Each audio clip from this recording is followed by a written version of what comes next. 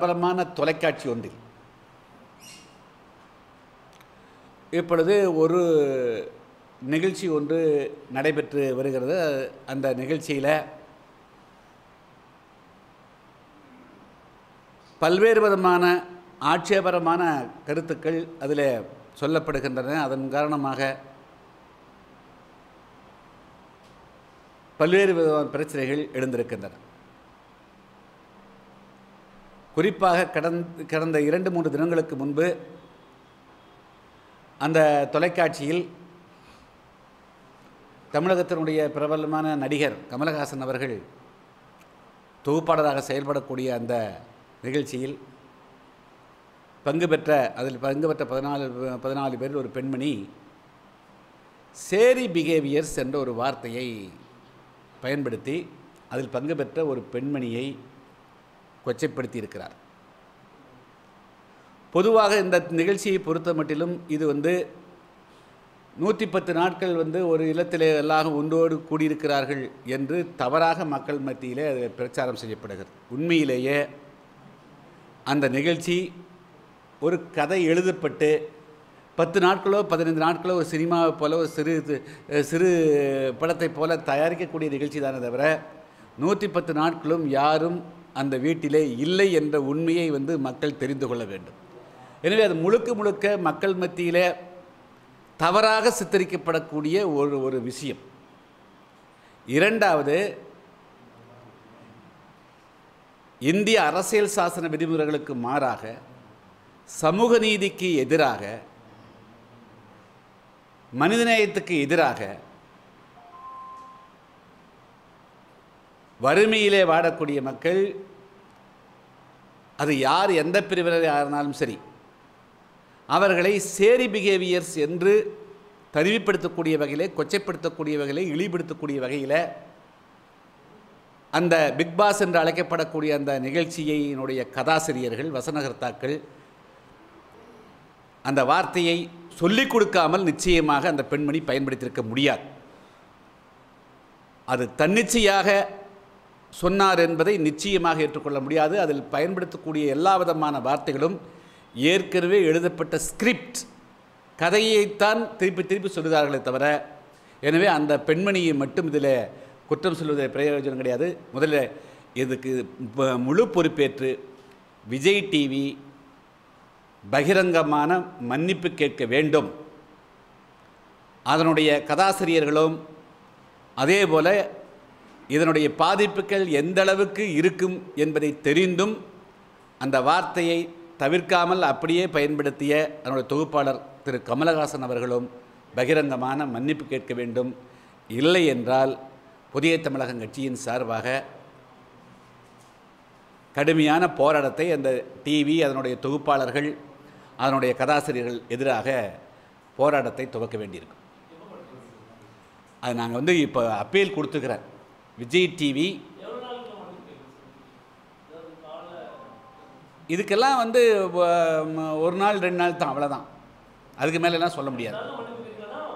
அடுத்த நாளில் நாங்கள் போராட்டத்தை பற்றி சொல்லுவோம்.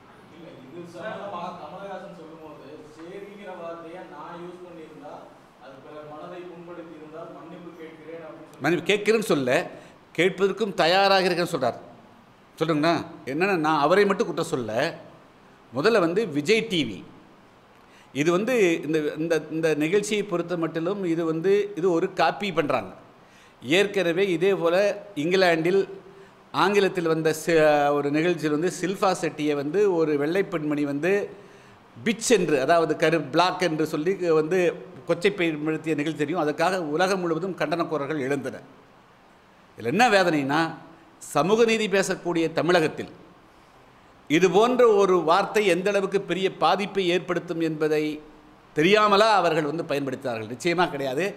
அவர்களுடைய பாப்புலாரிட்டி, அவங்களுடைய ரேட்டிங்கை கூட்டிக் கொள்வதற்காக திட்டமிட்டு பயன்படுத்திய வார்த்தையை தவிர இது எதேச்சையாக பயன்படுத்திய வார்த்தை அல்ல. எனவே விஜய் டிவியின் சார்பாக அதனுடைய உரிமையாளர்கள், அந்த கதாசிரியர்கள், தொகுப்பாளர் என்ற வகையில் அவரை நாம் தனிப்பட்ட முறையில் ஃபிக்ஸ் பண்ணல. பட் அவர் ஒரு மெச்சூர்டான ஒரு நடிகர், இந்த மாதிரி வார்த்தைக்கு வந்து என்ன விளைவுகள் ஏற்படுங்கிறது தெரிஞ்சிருக்கும். அது கண்டிப்பாக வந்து கண்டம் பண்ணியிருக்கணும். அவர் வந்து அந்த இடத்துலையே கண்டம் பண்ணியிருக்கணும். அது செய்ய தவறிட்டார். எனவே வந்து அந்த பெண்மணியுடைய சார்பாக அவன் தாயார் மன்னிப்பு கேட்டதாக சொல்கிறாங்க. அதெல்லாம் பார்த்தாது, அவங்களே வந்து மன்னிப்பு கேட்கணும். எனவே இந்த கண்டிஷனால் நான் வந்து ஒட்டுமொத்தமாக விஜய் டிவிக்கும் அதனுடைய அந்த கதை ப்ரொடியூசர்ஸுக்கும் அதே போல் அதில் நடித்தவர்கள், நடித்து கொண்டிருக்கக்கூடியவர்கள், அதே போல் தொகுப்பாளர் அனைவருக்குமே இது ஒரு அப்பீலாக கொடுக்குறேன். நிச்சயமாக ஓரிரு நாளில் அவர்கள் வந்து ஒட்டுமொத்த தமிழக மக்கள், ஒட்டுமொத்த உலகெங்கும் இருக்கக்கூடிய மனித நேயத்தை விரும்பக்கூடியவர்களுடைய கோரிக்கையாக ஏற்று இதை வந்து விஜய் டிவி செய்யும் என்று நம்புகிறேன்.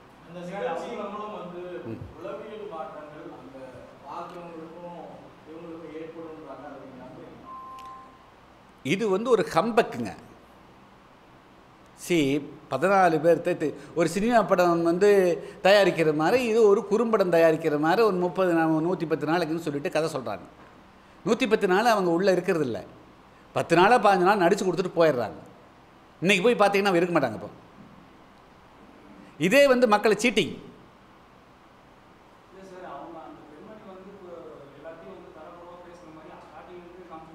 ஆ சரி, நான் தான் சொல்கிறேன். அதாவது ஒரு தயார் பண்ணுறாங்கிறேன்.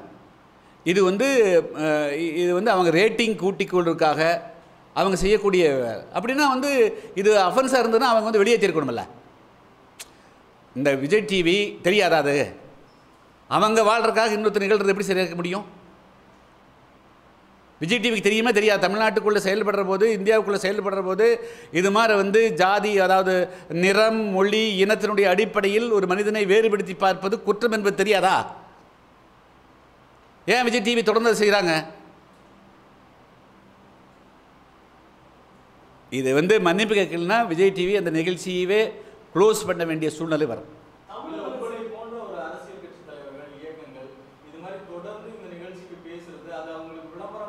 இல்லை சரி, இங்கே பாருங்கள், நான் வந்து அப்படி இல்லை.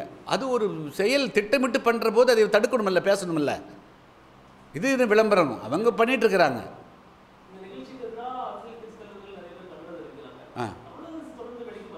தமிழக அரசும் இதுக்கு கண்டிப்பாக சொல்லணும். இது வந்து இன்னும் சொல்லப்போனால் பல விஷயங்களுக்கு நீதிமன்றங்களே தன்னிச்சையாக வந்து பல வழக்குகள்லாம் பதிவு பண்ணிக்கிறாங்க. தமிழ்நாடு அரசனுடைய மனித உரிமை பிரிவே இருக்குது.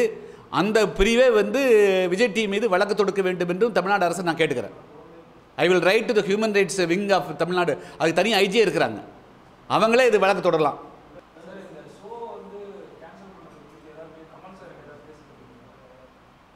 சரி, நாங்கள் வந்து இப்போ திரைப்படம் எடுப்பதற்கோ கதை எழுதுவதற்கோ எதுக்குமே நாங்கள் வந்து என்ன,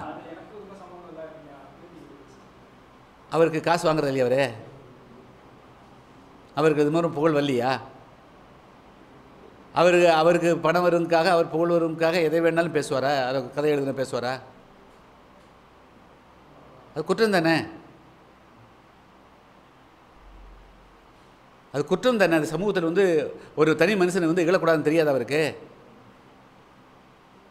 அவர் 5% பெரியார் பேசுகிறாரு, 5% மார்க்சியம் பேசுகிறாரு, 5% எல்லாம் பேசுகிறாரு, எல்லா தத்துவத்தையும் பேசுகிறாரு. இது வந்து ஏம்மா நீ வந்து இது மாதிரி வந்து பேசுனது தப்பு, don't use this word, I condemn this, நீ வித்ட்ரா பண்ணுன்னு அப்பே சொல்லலை? சொல்லணுமில்ல. அந்த ஏன் அவர்கிட்ட அந்த கருத்து வரல? அப்போ அவருக்கு அது வந்து தெரிந்தோ தெரியாமல் அதுக்கு அவர் வந்து உடந்தையாக இருக்கிறார்.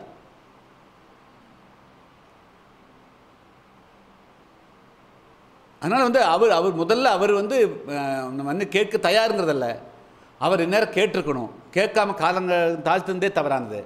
அதனால் அது மட்டும் இல்லை, விஜய் டிவிக்கும் அவர் வந்து இம்மீடியட்டாக விஜய் டிவியும் மன்னிப்புக்காக வைக்கணும். ஏன்னா இப்போ வந்து அந்த நிகழ்ச்சியை விட இவரை தான் முன்னிறுத்துறாங்க. ஸோ முழு பொறுப்பு இன்னும் சொல்ல போனால் கமலஹாசனே சார்.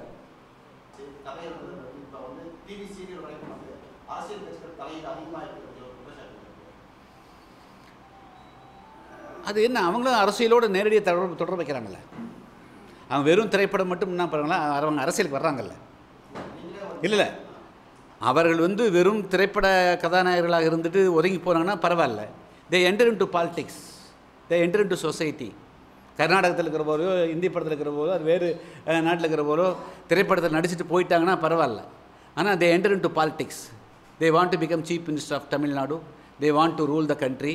அப்போது அவங்களுடைய ஒவ்வொரு சொல்லும் செயலியும் வந்து நான் உன்னிப்பாக கவனிக்கணுமில்ல. நீ வந்து தமிழ்நாட்டுக்கு வந்து முதலமைச்சராக வரக்கூடியவங்க இது மாதிரி சேரி பிஹேவியர்னு சொல்கிறத பார்த்து கொண்டிருக்கக்கூடியவர் முதலமைச்சராக எப்படி ஏற்றுக்க முடியும்? இவங்களுக்கு சோஷியல் ரெஸ்பான்சிபிலிட்டி வேண்டாமா? சமூக அக்கறை வேண்டாமா?